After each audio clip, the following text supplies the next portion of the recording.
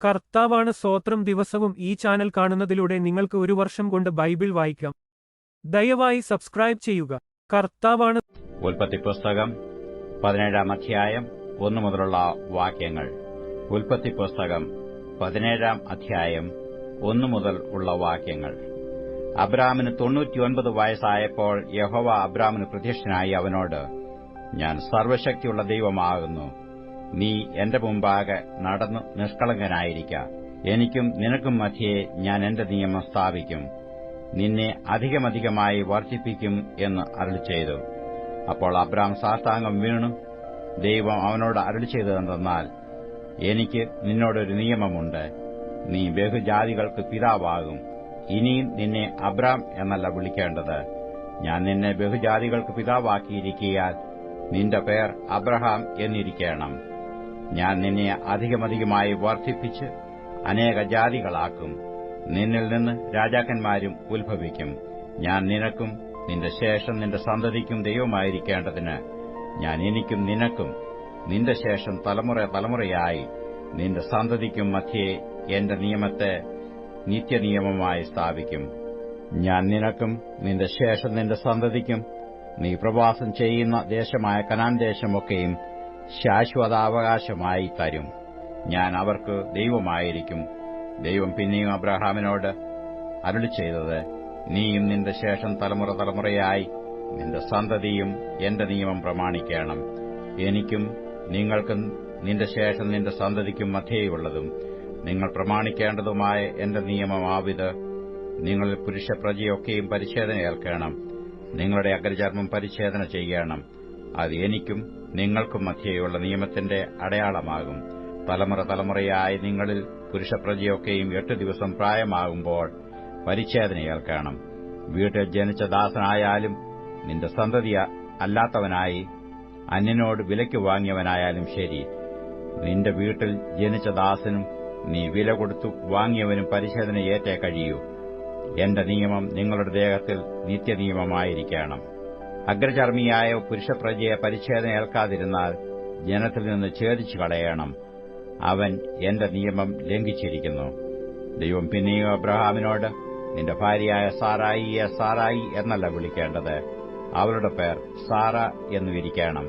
ഞാൻ അവളെ അനുഗ്രഹിച്ച് അവളിൽ നിന്ന് നിനക്ക് ഒരു മകനെ തരും. ഞാൻ അവളെ അനുഗ്രഹിക്കുകയും അവൾ ജാതികൾക്ക് മാതാവായി തീരുകയും ജാതികളുടെ രാജാക്കന്മാർ അവളിൽ നിന്ന് ഉത്ഭവിക്കുകയും ചെയ്യും എന്ന് അരുളിച്ചെയ്തു. അപ്പോൾ അബ്രഹാം കവിണ് വീണ് ചിരിച്ചു. 100 വയസ്സുള്ളവന് മകൻ ജനിക്കുമോ? 90 വയസ്സുള്ള സാറ പ്രസവിക്കുമോ എന്ന് തന്റെ ഹൃദയത്തിൽ പറഞ്ഞു. ഇശ്മായേൽ നിന്റെ മുമ്പാകെ ജീവിച്ചിരുന്നാൽ മതി എന്ന് അബ്രഹാം ദൈവത്തോട് പറഞ്ഞു. അതിന് ദൈവം അരുളിച്ചെയ്തത്, അല്ല, നിന്റെ ഭാര്യയായ സാറ തന്നെ നിനക്കൊരു മകനെ പ്രസവിക്കും. നീ അവന് ഇസഹാക്ക് എന്ന് പേരിടേണം. ഞാൻ അവനോടും അവന്റെ ശേഷം അവന്റെ സന്തതിയോടും എന്റെ നിയമത്തെ നിത്യനിയമമായി ഉറപ്പിക്കും. ഇശ്മായേലിനെക്കുറിച്ചും ഞാൻ നിന്റെ അപേക്ഷ കേട്ടിരിക്കുന്നു. ഞാൻ അവനെ അനുഗ്രഹിച്ച് അത്യന്തം സന്താനപുഷ്ടിയുള്ളവനാക്കി വർദ്ധിപ്പിക്കും. അവൻ 12 പ്രഭുക്കന്മാരെ ജനിപ്പിക്കും. ഞാൻ അവനെ വലിയൊരു ജാതിയാക്കും. എന്റെ നിയമം ഞാൻ ഉറപ്പിക്കുന്നതോ ഇനിയത്തെ ആണ്ട് ഈ സമയത്ത് സാറ നിനക്ക് പ്രസവിപ്പാനുള്ള ഇസാക്കിനോട് ആകുന്നു. ദൈവം അബ്രഹാമിനോട് അരുളിച്ചെയ്ത് തീർന്ന ശേഷം അവനെ വിട്ട് കയറിപ്പോയി. അനന്തരം അബ്രഹാം തന്റെ മകനായ ഇശ്മായേലിനെയും തന്റെ വീട്ടിൽ ജനിച്ച സകല ദാസന്മാരെയും താൻ വിലയ്ക്ക് വാങ്ങിയവരെ ഒക്കെയും അബ്രഹാമിന്റെ വീട്ടിലുള്ള സകല പുരുഷന്മാരെയും കൂട്ടി ദൈവം തന്നോട് കൽപ്പിച്ചതുപോലെ അവരുടെ അഗ്രചർമ്മത്തെ അന്ന് തന്നെ പരിച്ഛേദന കഴിച്ചു. അബ്രഹാം പരിച്ഛേദന ഏറ്റപ്പോൾ അവന് 99 വയസ്സായിരുന്നു. അവന്റെ മകനായ ഇശ്മായേൽ പരിച്ഛേദന ഏറ്റപ്പോൾ അവന് 13 വയസ്സായിരുന്നു. അബ്രഹാമും അവന്റെ മകനായ ഇശ്മായേൽ ഒരേ ദിവസത്തിൽ പരിച്ഛേദനയേറ്റു. വീട്ടിൽ ജനിച്ച ദാസന്മാരും അന്യരോട് അവൻ വിലയ്ക്ക് വാങ്ങിയവരുമായി അവന്റെ വീട്ടിലുള്ളവർ എല്ലാവരും അവനോടുകൂടെ പരിച്ഛേദനയേറ്റു. ഉൽപ്പത്തി പുസ്തകം 18 അധ്യായം 1 മുതലുള്ള വാക്യങ്ങൾ. ഉൽപ്പത്തി പുസ്തകം 18 അധ്യായം 1 മുതലുള്ള വാക്യങ്ങൾ. അനന്തരം യഹോവ അവൻ മെമ്രയുടെ തോപ്പിൽ വെച്ച് പ്രത്യക്ഷനായി. വെയിൽ ഉറച്ചപ്പോൾ അവൻ കൂടാരവാതിൽക്കൽ ഇരിക്കുകയായിരുന്നു. അവൻ തലപൊക്കി നോക്കിയപ്പോൾ 3 പുരുഷന്മാർ തന്റെ നേരെ നിൽക്കുന്നത് കണ്ടു. അവരെ കണ്ടപ്പോൾ അവൻ കൂടാരവാതിൽക്കൽ നിന്ന് അവരെ എതിരേൽപ്പാൻ ഓടിച്ചെന്ന് നിലം വരെ കുനിഞ്ഞു. യജമാനനെ, എന്നോട് കൃപയുണ്ടെങ്കിൽ അടിയനെ കടന്നുപോകരുതേ. അസാരം വെള്ളം കൊണ്ടുവന്ന് നിങ്ങളുടെ കാലുകളെ കഴുകട്ടെ. വൃക്ഷത്തിന് കീഴിൽ ഇരിപ്പീൻ. ഞാൻ ഒരു മുറി അപ്പം കൊണ്ടുവരാം. വിശപ്പ് അടക്കിയിട്ട് നിങ്ങൾക്ക് പോകാം. ഇതിനായിട്ടല്ലോ നിങ്ങൾ അടിയന്റെ അടുക്കൽ കയറി വന്നത് എന്ന് പറഞ്ഞു. നീ പറഞ്ഞതുപോലെ ആകട്ടെ എന്നു അവർ പറഞ്ഞു. അബ്രഹാം ബന്ധപ്പെട്ട് കൂടാരത്തിൽ സാറയുടെ അടുക്കൽ ചെന്ന്, നീ ക്ഷണത്തിൽ 3 ഇടങ്ങഴി മാവ് എടുത്ത് കുഴച്ചു അപ്പമുണ്ടാക്കുക എന്ന് പറഞ്ഞു. അബ്രഹാം പശുക്കൂട്ടത്തിൽ ഓടിച്ചെന്ന് ഇളയതും നല്ലതുമായ ഒരു കാളക്കുട്ടിയെ പിടിച്ചു ഒരു ബാല്യക്കാരന്റെ പക്കൽ കൊടുത്തു. അവൻ അതിനെ ക്ഷണത്തിൽ പാകം ചെയ്തു. പിന്നെ അവൻ വെണ്ണയും പാലും താൻ പാകം ചെയ്യിച്ച കാളക്കുട്ടിയെയും കൊണ്ടുവന്നു അവരുടെ മുമ്പിൽ വെച്ചു. അവരുടെ അടുക്കൽ വൃക്ഷത്തിന് കീഴിൽ ശുശ്രൂഷിച്ചു നിന്നു. അവർ ഭക്ഷണം കഴിച്ചു. അവർ അവനോട്, നിന്റെ ഭാര്യ സാറായി എവിടെയെന്ന് ചോദിച്ചതിന്, കൂടാരത്തിൽ ഉണ്ട് എന്ന് അവൻ പറഞ്ഞു. 1 ആണ്ട് കഴിഞ്ഞിട്ട് ഞാൻ നിന്റെ അടുക്കൽ മടങ്ങിവരും. അപ്പോൾ നിന്റെ ഭാര്യ സാറയ്ക്ക് ഒരു മകനുണ്ടാകും എന്നു അവൻ പറഞ്ഞു. സാറ കൂടാരവാതിൽക്കൽ അവന്റെ പിൻവശത്ത് കേട്ടുകൊണ്ടു നിന്നു. എന്നാൽ അബ്രഹാമും സാറയും വയസ്സ് ചെന്ന് വൃദ്ധരായിരുന്നു. സ്ത്രീകൾക്കുള്ള പതിവ് സാറയ്ക്ക് നിന്നുപോയിരുന്നു. ആകയാൽ സാറ ഉള്ളുകൊണ്ട് ചിരിച്ചു, വൃദ്ധയായിരിക്കുന്ന എനിക്ക് സുഖഭോഗമുണ്ടാകുമോ? എന്റെ ഭർത്താവും വൃദ്ധനായിരിക്കുന്നു എന്ന് പറഞ്ഞു. യഹോവ അബ്രഹാമിനോട്, വൃദ്ധയായി ഞാൻ പ്രസവിക്കുന്നത് വാസ്തവമോ എന്ന് പറഞ്ഞ് സാറ ചിരിച്ചതെന്ത്? യഹോവയാൽ കഴിയാത്ത കാര്യമുണ്ടോ? 1 ആണ്ട് കഴിഞ്ഞിട്ട് ഈ സമയമാകുമ്പോൾ ഞാൻ നിന്റെ അടുക്കൽ മടങ്ങിവരും. സാറയ്ക്ക് ഒരു മകനുണ്ടാകും എന്ന് അരുളിച്ചെയ്തു. സാറ ഭയപ്പെട്ടു, ഇല്ല, ഞാൻ ചിരിച്ചില്ല എന്ന് പറഞ്ഞു. അങ്ങനെയല്ല, നീ ചിരിച്ചു എന്ന് അവൻ അരുളിച്ചെയ്തു. ആ പുരുഷന്മാർ അവിടെ നിന്ന് പുറപ്പെട്ട് സോദോം വഴിക്ക് തിരിഞ്ഞു. അബ്രഹാം അവരെ യാത്രയയപ്പാൻ അവരോടുകൂടെ പോയി. അപ്പോൾ യഹോവ അരുളിച്ചെയ്തത്, ഞാൻ ചെയ്യുവാനിരിക്കുന്നത് അബ്രഹാമിനോട് മറച്ചുവെക്കുമോ? അബ്രഹാം വലിയതും ബലമുള്ളതുമായ ജാതിയായി തീരുകയും അവനിൽ ഭൂമിയിലെ ജാതികളൊക്കെയും അനുഗ്രഹിക്കപ്പെടുകയും ചെയ്യുമല്ലോ. യഹോവ അബ്രഹാമിനെക്കുറിച്ച് അരുളിച്ചെയ്തത് അവന് നിവർത്തിച്ചു കൊടുപ്പാൻ തക്കവണ്ണം അബ്രഹാം തന്റെ മക്കളോടും തനിക്ക് പിമ്പുള്ള കുടുംബത്തോടും നീതിയും ന്യായവും പ്രവർത്തിച്ചുകൊണ്ട് യഹോവയുടെ വഴി നടപ്പാൻ കൽപ്പിക്കേണ്ടതിന് ഞാൻ അവനെ തിരഞ്ഞെടുത്തിരിക്കുന്നു. പിന്നെ യഹോവ സോദോമിന്റെയും ഗോമോറയുടെയും നിലവിളി വലിയതും അവരുടെ പാപം അതികഠിനവുമാകുന്നു. ഞാൻ ചെന്നു എന്റെ അടുക്കൽ വന്നെത്തിയ നിലവിളി പോലെ അവർ കേവലം പ്രവർത്തിച്ചിട്ടുണ്ടോ ഇല്ലയോ എന്ന് നോക്കി അറിയും എന്ന് അരുളിച്ചെയ്തു. അങ്ങനെ ആ പുരുഷന്മാർ അവിടെ നിന്ന് തിരിഞ്ഞ് സോദോമിലേക്ക് പോയി. അബ്രഹാമോ യഹോവയുടെ സന്നിധിയിൽ തന്നെ നിന്നു. അബ്രഹാം അടുത്ത് ചെന്ന് പറഞ്ഞത്, ദുഷ്ടനോടുകൂടെ നീതിമാനെയും നീ സംഹരിക്കുമോ? പക്ഷേ ആ പട്ടണത്തിൽ 50 നീതിമാന്മാർ ഉണ്ടെങ്കിൽ നീ അതിനെ സംഹരിക്കുമോ? അതിലെ 50 നീതിമാന്മാർ നിമിത്തം ആ സ്ഥലത്തോട് ക്ഷമിക്കയില്ലയോ? ഇങ്ങനെ നീ ഒരു നാളും ചെയ്യുന്നതല്ലോ. നീതിമാൻ ദുഷ്ടനെപ്പോലെ ആകത്തക്കവണ്ണം ദുഷ്ടനോടുകൂടെ നീതിമാനെ നീ ഒരു നാളും കൊല്ലുകയില്ല. സർവ്വഭൂമിക്ക് ന്യായാധിപതിയായവൻ നീതി പ്രവർത്തിക്കാതിരിക്കുമോ? അതിന് യഹോവ, ഞാൻ സോദോമിൽ പട്ടണത്തിനകത്ത് 50 നീതിമാന്മാരെ കാണുന്നുവെങ്കിൽ അവരുടെ നിമിത്തം ആ സ്ഥലത്തോടൊക്കെയും ക്ഷമിക്കും എന്ന് അരുളിച്ചെയ്തു. പൊടിയും വെണ്ണീറുമായ ഞാൻ കർത്താവിനോട് സംസാരിപ്പാൻ തുനിഞ്ഞുവല്ലോ. 50 നീതിമാന്മാരിൽ പക്ഷേ 5 പേർ കുറഞ്ഞുപോയെങ്കിലോ? 5 പേർ കുറഞ്ഞുകൊണ്ട് നീ ആ പട്ടണം മുഴുവൻ നശിപ്പിക്കുമോ എന്ന് അബ്രഹാം പറഞ്ഞതിന്, 45 പേരെ ഞാൻ അവിടെ കണ്ടാൽ അതിനെ നശിപ്പിക്കുകയില്ല എന്നും അവൻ അരുളിച്ചെയ്തു. അവൻ പിന്നെയും അവനോട് സംസാരിച്ചു. പക്ഷേ 40 പേരെ അവിടെ കണ്ടാലോ എന്ന് പറഞ്ഞതിന്, ഞാൻ 40 പേരുടെ നിമിത്തം നശിപ്പിക്കുകയില്ല എന്നു അവൻ അരുളിച്ചെയ്തു. അതിനു അവൻ, ഞാൻ പിന്നെയും സംസാരിക്കുന്നു, കർത്താവെ കോപിക്കരുതേ. പക്ഷേ 30 പേരെ അവിടെ കണ്ടാലോ എന്ന് പറഞ്ഞു. ഞാൻ 30 പേരെ അവിടെ കണ്ടാൽ നശിപ്പിക്കുകയില്ല എന്നു അവൻ അരുളിച്ചെയ്തു. ഞാൻ കർത്താവിനോട് സംസാരിപ്പാൻ തുനിഞ്ഞുവല്ലോ. പക്ഷേ 20 പേരെ അവിടെ കണ്ടാലോ എന്നു അവൻ പറഞ്ഞതിന്, ഞാൻ 20 പേരുടെ നിമിത്തം നശിപ്പിക്കുകയില്ല എന്നു അവൻ അരുളിച്ചെയ്തു. അപ്പോൾ അവൻ, കർത്താവെ കോപിക്കരുതേ, ഞാൻ ഇനി 1 പ്രാവശ്യം മാത്രം സംസാരിക്കും. പക്ഷേ 10 പേരെ അവിടെ കണ്ടാലോ എന്ന് പറഞ്ഞു. ഞാൻ 10 പേരുടെ നിമിത്തം നശിപ്പിക്കുകയില്ല എന്ന് അവൻ അരുളിച്ചെയ്തു. യഹോവ അബ്രഹാമിനോട് അരുളിച്ചെയ്തു തീർന്ന ശേഷം അവിടെ നിന്ന് പോയി. അബ്രഹാമും തന്റെ സ്ഥലത്തേക്ക് മടങ്ങിപ്പോയി. മത്തായി എഴുതിയ സുവിശേഷം 17-ാം അധ്യായം 1 മുതലുള്ള വാക്യങ്ങൾ. മത്തായി എഴുതിയ സുവിശേഷം 17-ാം അധ്യായം 1 മുതലുള്ള വാക്യങ്ങൾ. 6 ദിവസം കഴിഞ്ഞ ശേഷം യേശു പത്രോസിനെയും യാക്കോബിനെയും അവന്റെ സഹോദരനായ യോഹന്നാനെയും കൂട്ടി തനിച്ച് ഒരു ഉയർന്ന മലയിലേക്ക് കൊണ്ടുപോയി. അവരുടെ മുൻപാകെ രൂപാന്തരപ്പെട്ടു. അവന്റെ മുഖം സൂര്യനെപ്പോലെ ശോഭിച്ചു. അവന്റെ വസ്ത്രം വെളിച്ചം പോലെ വെള്ളയായിത്തീർന്നു. മോശയും ഏലിയാവും അവനോട് സംഭാഷിക്കുന്നതായി അവർ കണ്ടു. അപ്പോൾ പത്രോസ് യേശുവിനോട്, കർത്താവേ, നാം ഇവിടെ ഇരിക്കുന്നത് നന്ന്.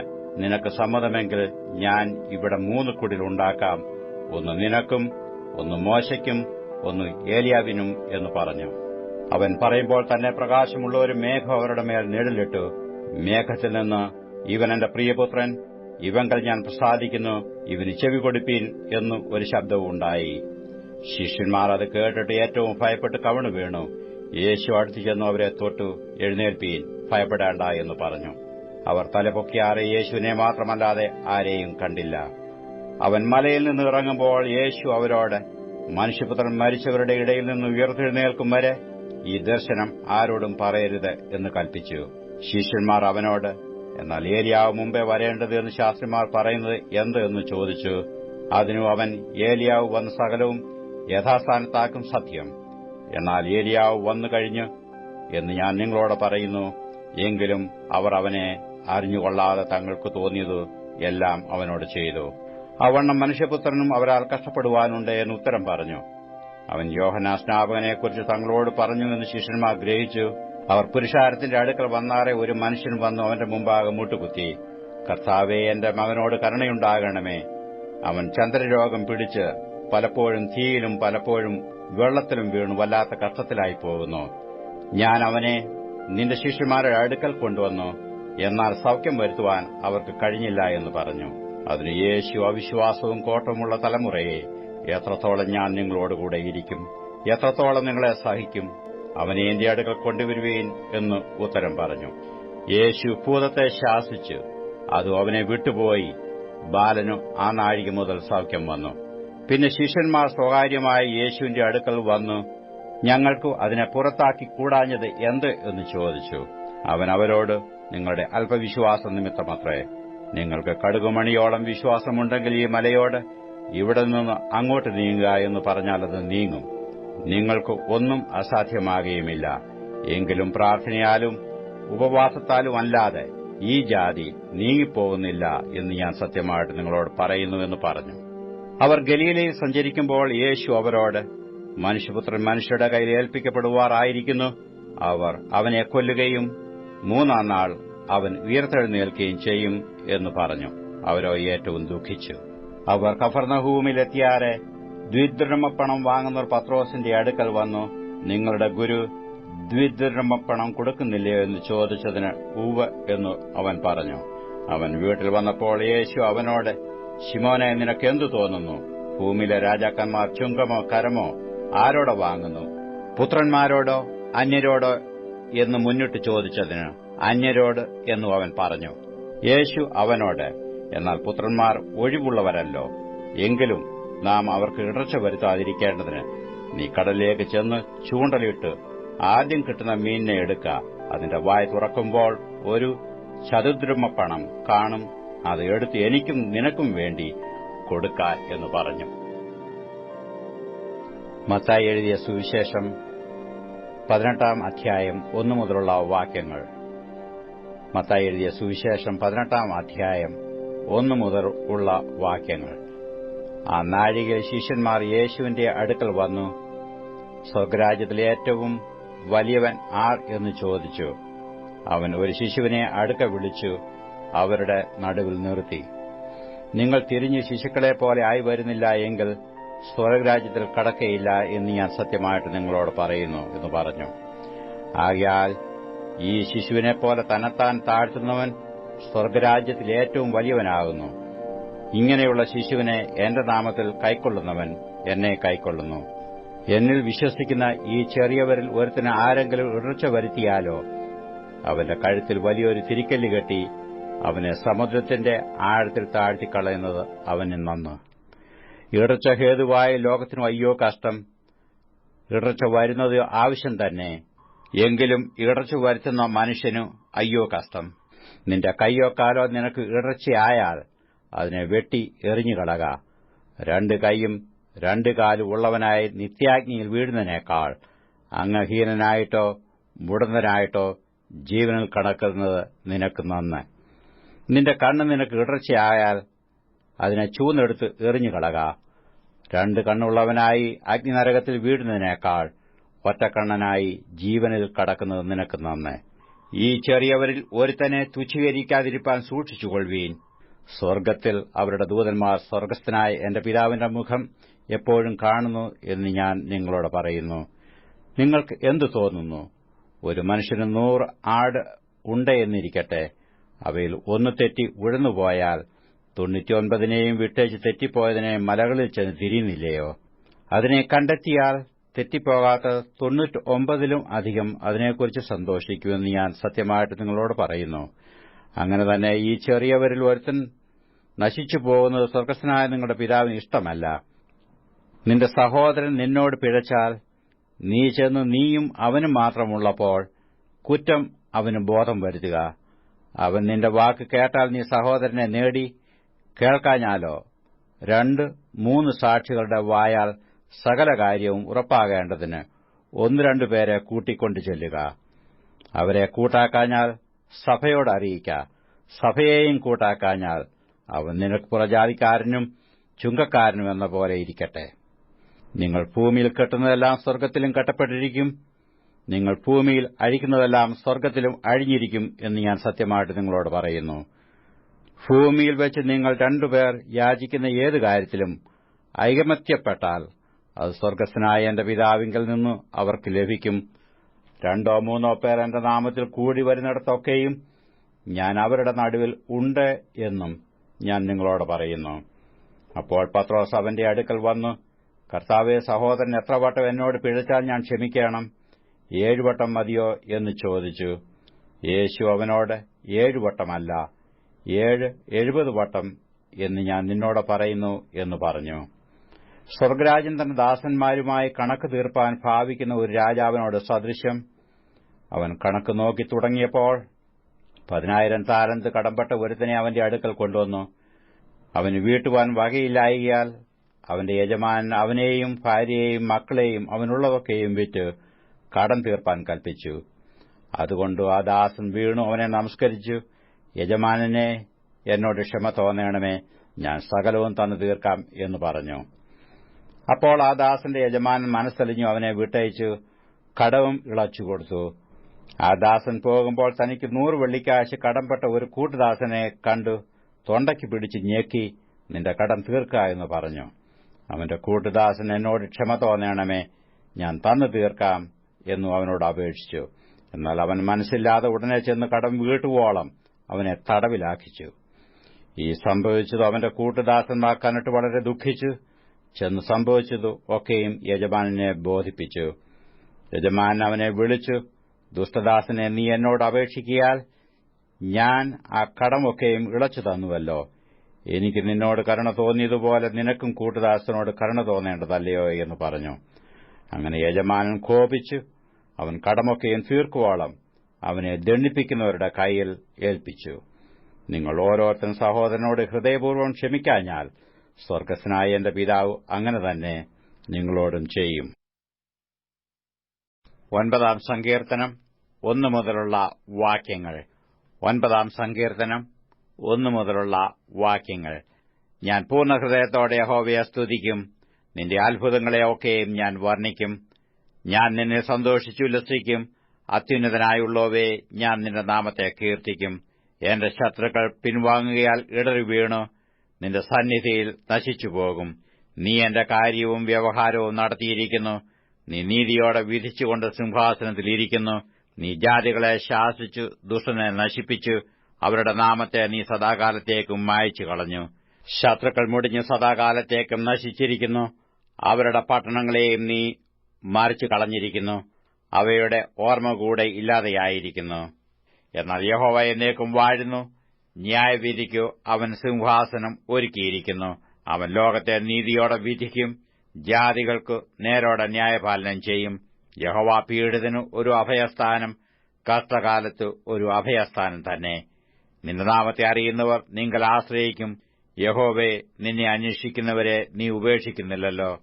സിയോനിൽ വസിക്കുന്ന യഹോവയ്ക്ക് സ്തോത്രം പാടുവീൻ. അവന്റെ പ്രവർത്തികളെ ജാതികളുടെ ഇടയിൽ ഘോഷിപ്പീൻ. രക്തപാതകത്തിനും പ്രതികാരം ചെയ്യുന്നവൻ അവരെ ഓർക്കുന്നു.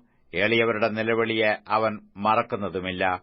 യഹോവേ, എന്നോട് കരുണയുണ്ടാകണമേ. മരണവാതിലുകളിൽ നിന്ന് എന്നെ ഉദ്ധരിക്കുന്നവനെ, എന്നെ പകയ്ക്കുന്നവരാൽ എനിക്ക് നേരിടുന്ന കഷ്ടം നോക്കണമേ. ഞാൻ സിയോൻ പുത്രിയുടെ പടിവാതിലുകളിൽ നിന്റെ സ്തുതിയെ ഒക്കെയും പ്രസ്താവിച്ചു നിന്റെ രക്ഷയിൽ സന്തോഷിക്കേണ്ടതിന് തന്നെ. ജാതികൾ തങ്ങൾ ഉണ്ടാക്കിയ കുഴിയിൽ താണുപോയി. അവർ ഒളിച്ചുവെച്ച വലയിൽ അവരുടെ കാൽ തന്നെ അകപ്പെട്ടിരിക്കുന്നു. യഹോവ തന്നെത്താൻ വെളിപ്പെടുത്തി ന്യായവിധി നടത്തിയിരിക്കുന്നു. ദുഷ്ടൻ സ്വന്തം കൈകളുടെ പ്രവൃത്തിയിൽ കുടുങ്ങിയിരിക്കുന്നു. ദുഷ്ടന്മാരും ദൈവത്തെ മറക്കുന്ന സകല ജാതികളും പാതാളത്തിലേക്ക് തിരിയും. ദരിദ്രനെ എന്നേക്കും മറന്നുപോകുകയില്ല. സാധുക്കളുടെ പ്രത്യാശയ്ക്ക് എന്നും ഭംഗം വരികയുമില്ല. യഹോവയെ, എഴുന്നേൽക്കണമേ. മർത്യൻ പ്രബലനാകരുത്. ജാതികൾ നിന്റെ സന്നിധിയിൽ വിധിക്കപ്പെടുമാറാകട്ടെ. യഹോവേ, തങ്ങൾ മർത്യരത്രേ എന്ന് ജാതികൾ അറിയേണ്ടതിന് അവർക്ക് ഭയം വരുത്തണമേ.